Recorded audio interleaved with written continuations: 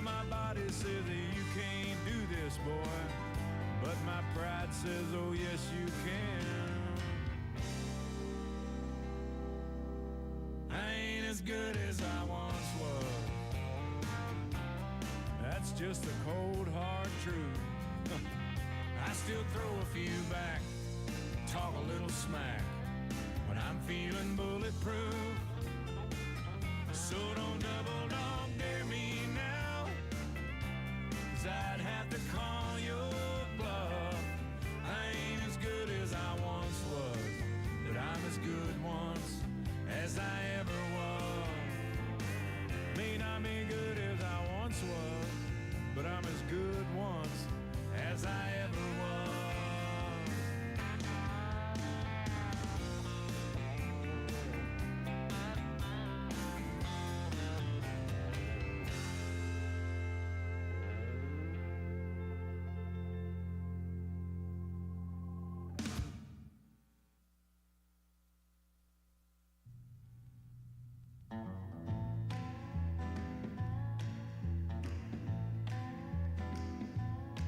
Skip a rope, skip a rope. Oh, listen to the children while they play. Now ain't it kinda funny what the children say? Skip a rope. Daddy hates mommy, mommy hates dad. Last night you should have heard the fight they had. Gave little sister another bad dream. She woke us all up with a terrible scream. Skip a rope, skip a rope. Oh, listen to the children while they play. Now ain't kinda funny what the children say? Skip a rope.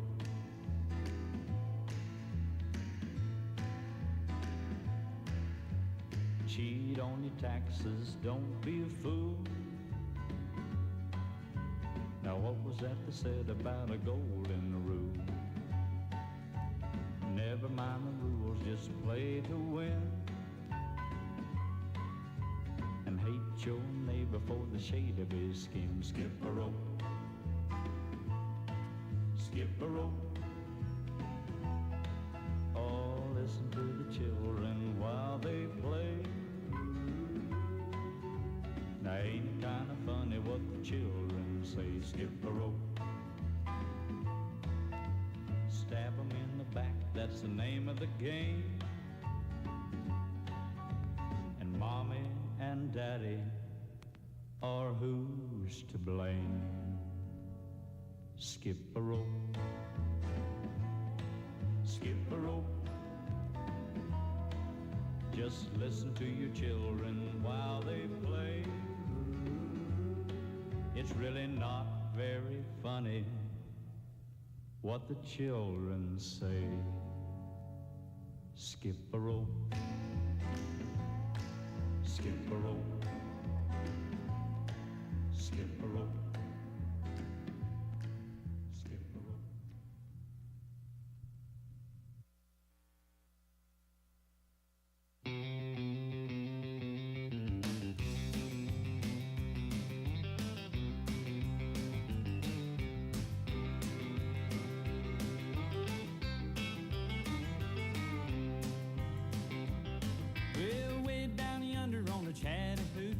It gets hotter than a hoochie coochie. We laid rubber on the Georgia asphalt. We got a little crazy, but we never got caught. Down by the river on a Friday night, pyramid of cans in the pale moonlight. Talking about cars and dreaming about women. Never had a plan, just living for the minute. Yeah, way down yonder on the Chattahoochee, never knew how much that muddy water meant to me. But I learned how to swim and I learned who I was. A lot about living and a little about love.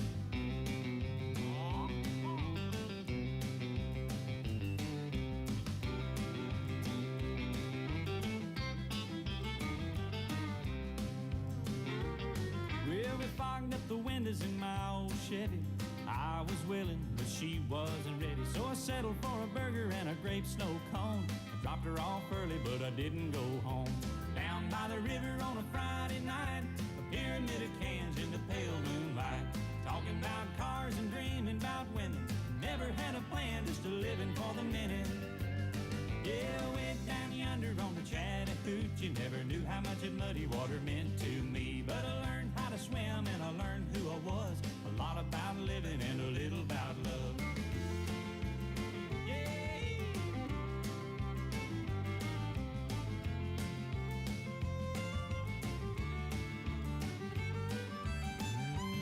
Yeah, way down yonder on the Chattahoochee, never knew how much that muddy water meant to me. But I learned how to swim and I learned who I was.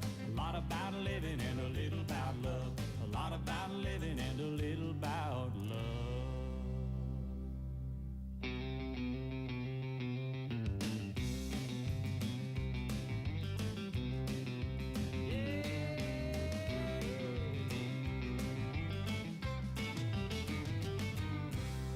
That's right.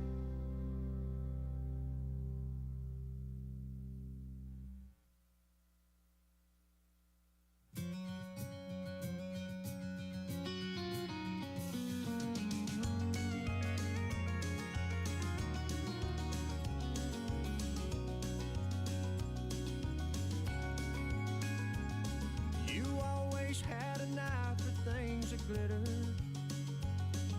but I was far from being made of gold. I don't know how, but I scraped up the money. I just never could quite tell you no. Just like when you were leaving Amarillo, take that new job in Tennessee. And I quit mine so we could be together. I can't forget the way you looked at me. Just to see you smile, I'd do anything that you wanted me to. When all is said and done, I never count the cost. It's worth all that's lost. Just to see you smile.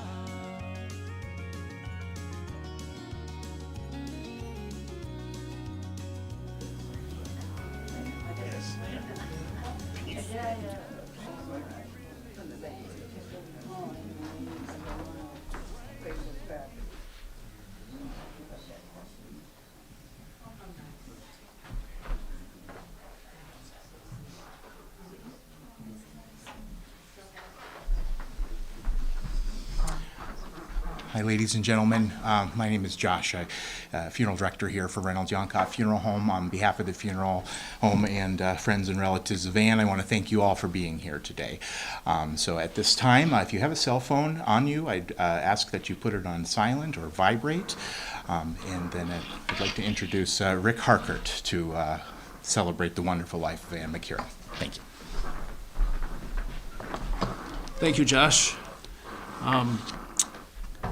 I, for 25 years, was a funeral director here at Reynolds-Jonkhoff and retired a year ago this week.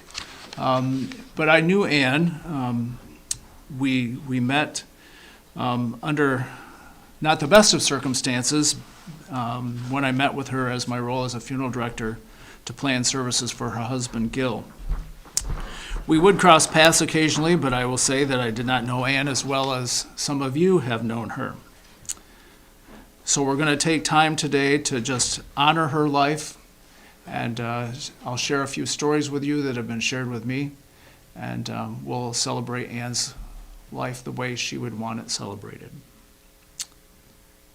Ann was born on December 6, 1931. She was the daughter of Oliver and Helen Thomas Moyer, and she was born at the family farm in Grand Traverse County.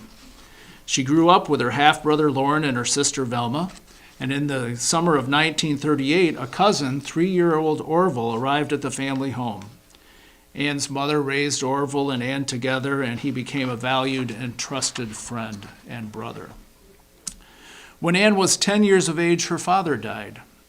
But her most valued memory of him was how he would hold her hand whenever they were together. She would share this memory with others for her entire life because it meant so much to her. Anne would graduate from Kingsley High School and then took courses at NMC. And on August 14th, 1954, she married Gilbert McHuron, and together they raised their 3 sons, Mike, Patrick, and James. Anne suffered the loss of her husband, as you know, and her 3 sons, her half-brother Lauren and his wife Ruth, her sister Velma and her husband Bud, her nephews Russell and Freddie Moyer, and Donnie Gaffney and her niece Sue Stevens. Anne is survived by her granddaughter Larissa, her great-granddaughter Madison, her nieces Deb West, Jolie Powell and her husband John, Joanna Broadway and her husband Terry, her nephews Douglas Moyer and his wife Diane, Bill Moyer and his wife Sharon, Calvin Moyer and his wife Donna, Janice Lichty and her husband Dave, several great nieces and nephews, and her very dear and good friends Denny and Cindy Eckler. We all know that Anne began her working career with the Milliken family, and she started that in March of 1950, where she started out as the switchboard operator. She worked for Millikens for 47 years, being promoted to buyer, then division merchandise manager, the general manager of merchandise, and for the last 13 years of her career, she served as the manager and store supervisor for their 4 stores. She served on the board of directors of Millikens, the board of trustees for the Traverse City Osteopathic Hospital.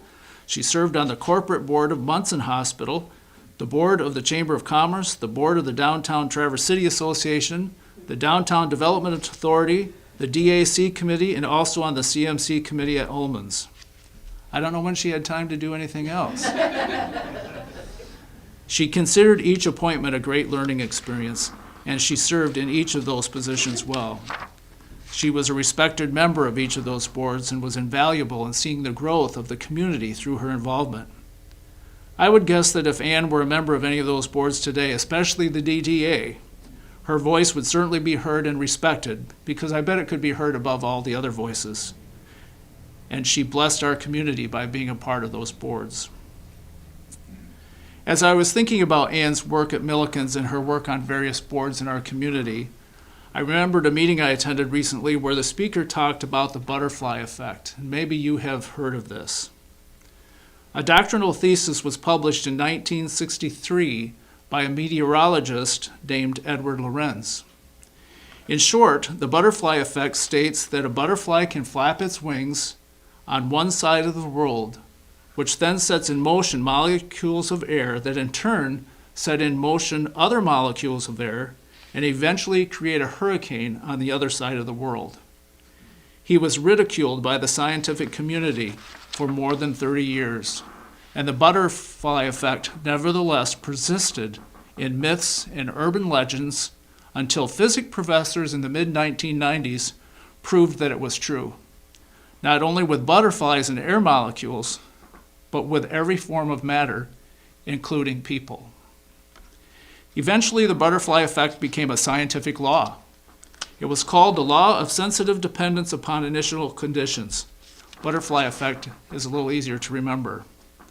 When applied to people, it essentially means that all of our actions matter and can shape far-reaching outcomes which will span generations. Anne touched the lives of many through her associations. She made difference in people's lives, and those differences continue to this day. Now you're about to hear of one of those affected by Anne's own butterfly effect. And I'd like to ask Peg Jonkhoff to come to the lectern at this time and share her thoughts with you.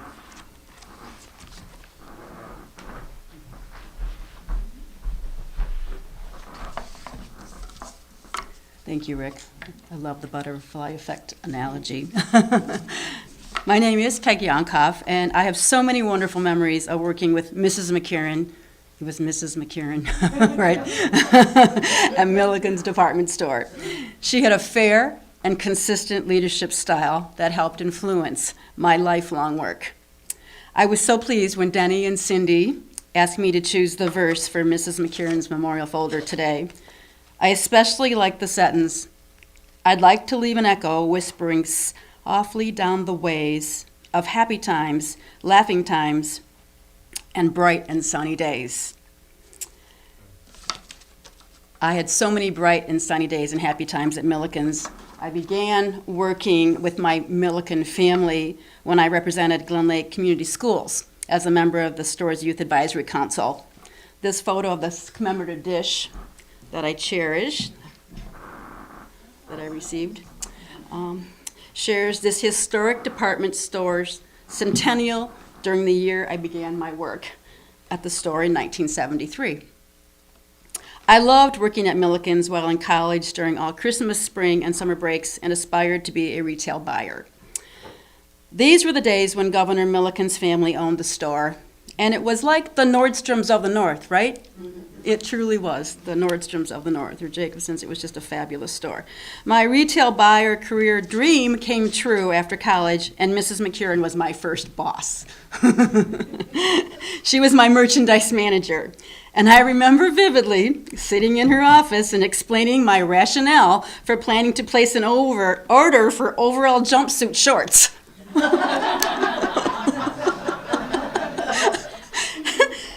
Why do I remember that order? I don't remember, but I remember. I can still see the sketch and everything, but I did place a 12-unit order, and they sold, so that was good. So. That saved your life. I was saved, thank you. Thank you, Mrs. McHuron. We traveled to Chicago and New York many times per year on buying trips as we pursued the very finest in quality ladies' merchandise. As junior department buyer, I remember continual reorders on Calvin Klein jeans and monogram sweaters that were all the rage. Remember that? I could not keep those Calvin Kleins in stock. Lunch in the tea room.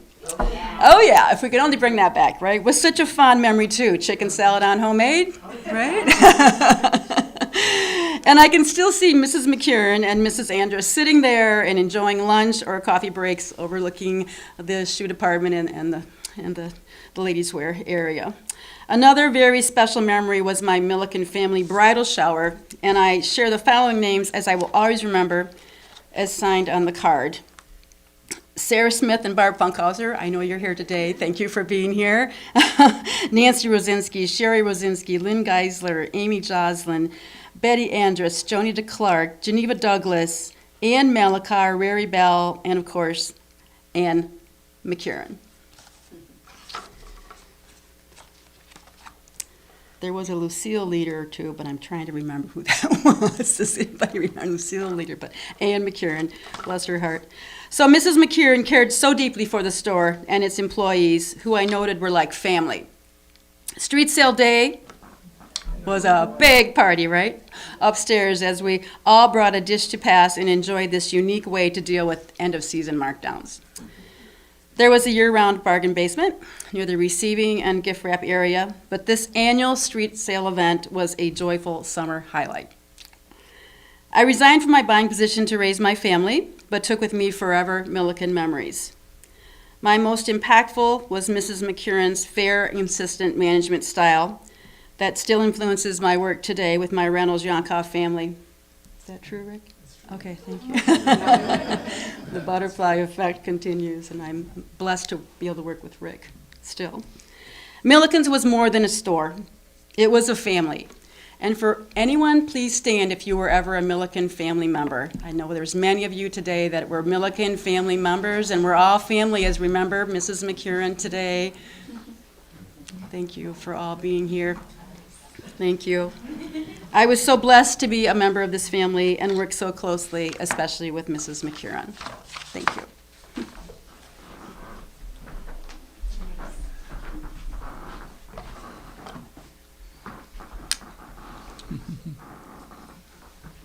Thank you, Peg.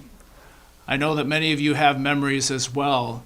One thing you may not have known, and maybe you did, that Anne had a great love of country music. But one of her favorite artists was Elvis. And so we're going to take a moment to listen to Elvis sing the song Memories as we remember in our own mind's eye our memories of Anne.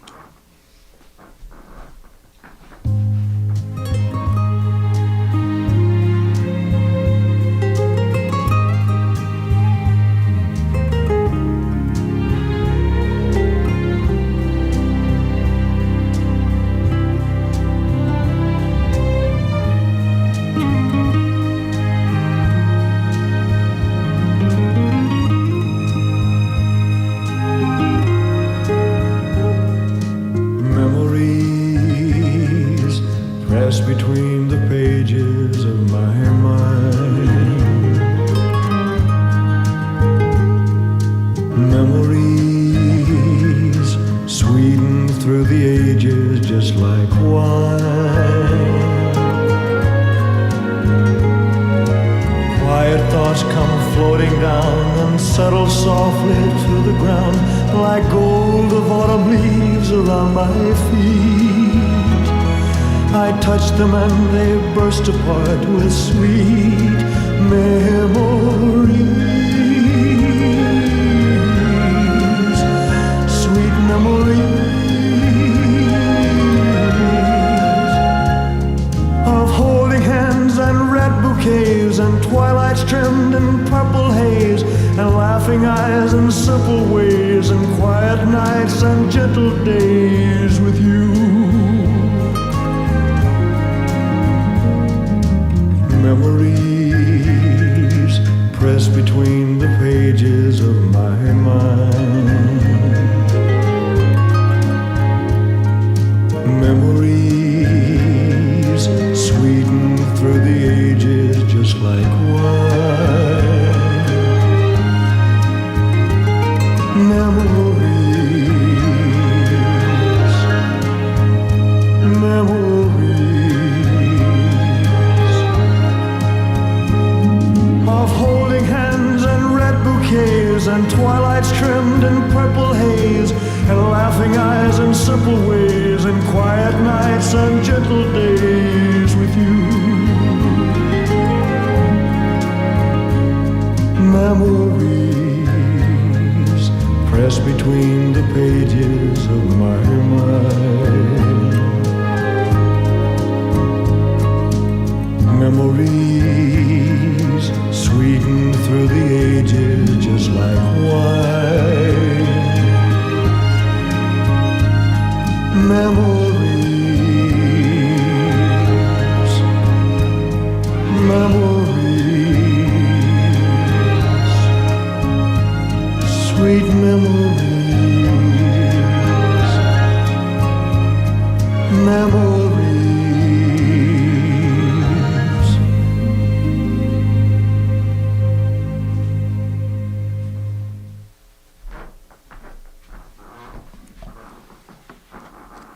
Part of Anne's memories included she and Gil enjoying traveling. They visited Hawaii, they went to Alaska twice, they went to Canada many times, Nova Scotia, Mexico, and traveling back and forth across the United States in their motorhome. One of their favorite places was Lake Pleasant RV Park in Morristown, Arizona, where they spent many winters. Most importantly, family was Anne's number one priority. The Ecklers shared with me that every Christmas and July 4th she would gather the family together for a large celebration. That was important to her. She treasured those moments.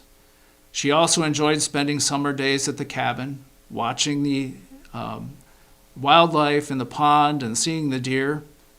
Basically, Anne just loved to be in the out of doors. She held dear the years living on the lake. And in recent years, following the passing of her husband and sons and extended family, Anne became very close with her neighbors Denny and Cindy Eckler. Denny and Cindy actually adopted her, so to speak, as their mom since their moms had passed away. They always got together on Sunday mornings and discussed the things that are going on, and it would become a time of sweet fellowship for them, letting each other know just how much they appreciated each other.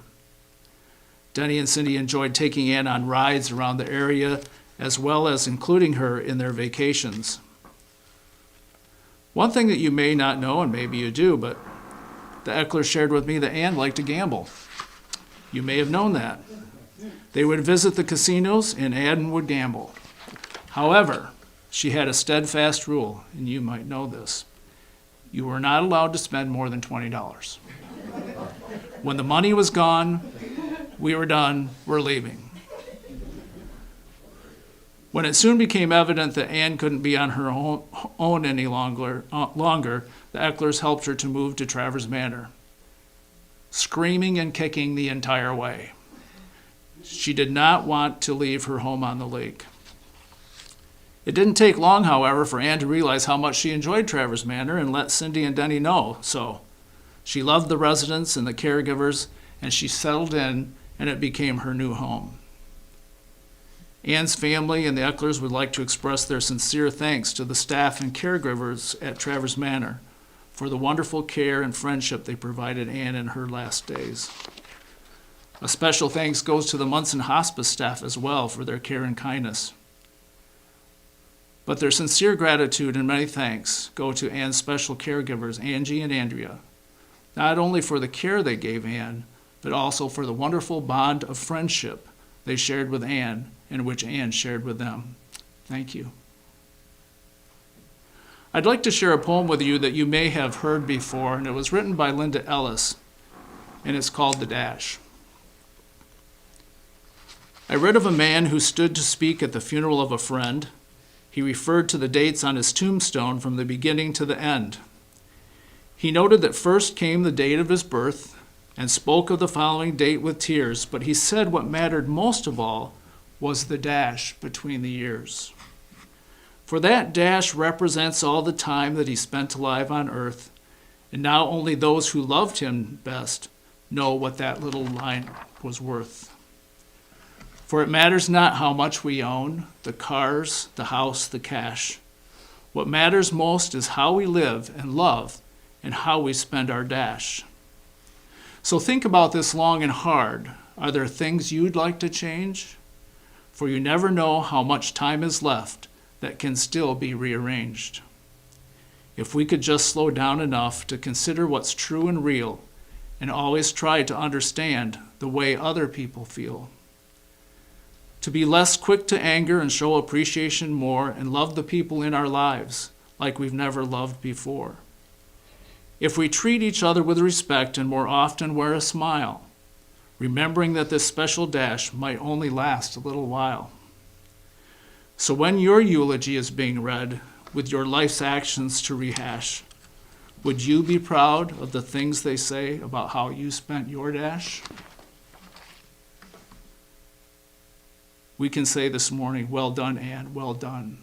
You lived your dash well. And each one of you were blessed to be included in her dash. Thank you, Ann, for the difference you have made in the lives of your family and your friends and in this community that benefited all of us. So I'm going out on a limb here. You remember that I mentioned that Ann liked to gamble. So I thought maybe we could pay tribute to Ann in a special way this morning. I stopped at Westside Beverage on the way in and bought scratch-off lottery tickets. And this is how we're going to remember Ann, and I'm just going to pass these out. But here's the deal. There's only 20 of them because I wasn't about to spend more than $20 and have Ann sat me out of here. So we'll just let you take those as you like and pass them out. I think she would be pleased that we ended this time together with some laughter.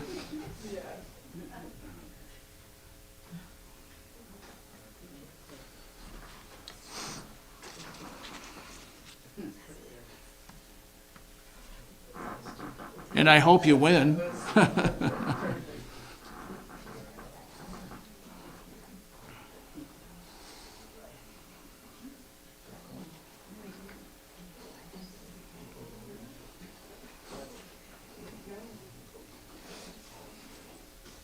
Everybody's got to get their points out.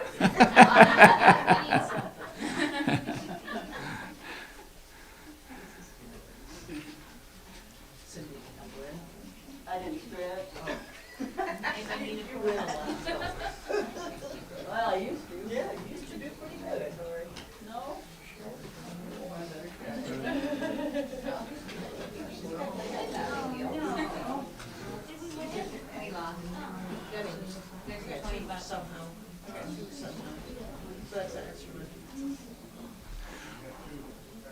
So we remember Ann today with love in our hearts, with many, many memories, as Elva sang, pressed between the pages, of time spent at Milliken's or at the lake or at the pond. And I want to thank you for being here.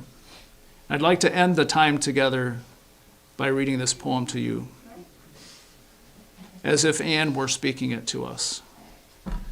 Speak of me as you have always done. Remember the good times, the laughter and the fun. Share the memories we've made.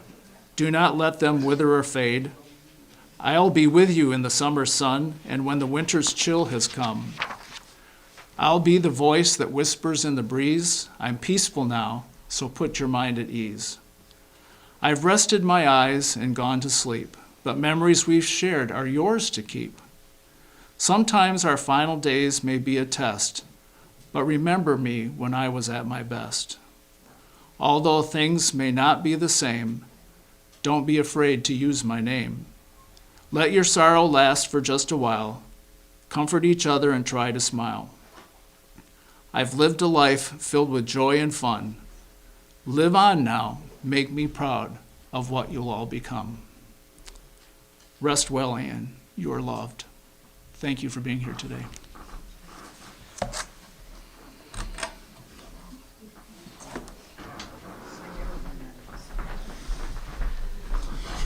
Thank you, Rick, for a wonderful tribute. Ladies and gentlemen, thank you again for coming to celebrate Anne. At this time, this does conclude our services. You are more than welcome to remain here, continue in time of fellowship and visitation, but this does conclude our services here. Thank you all.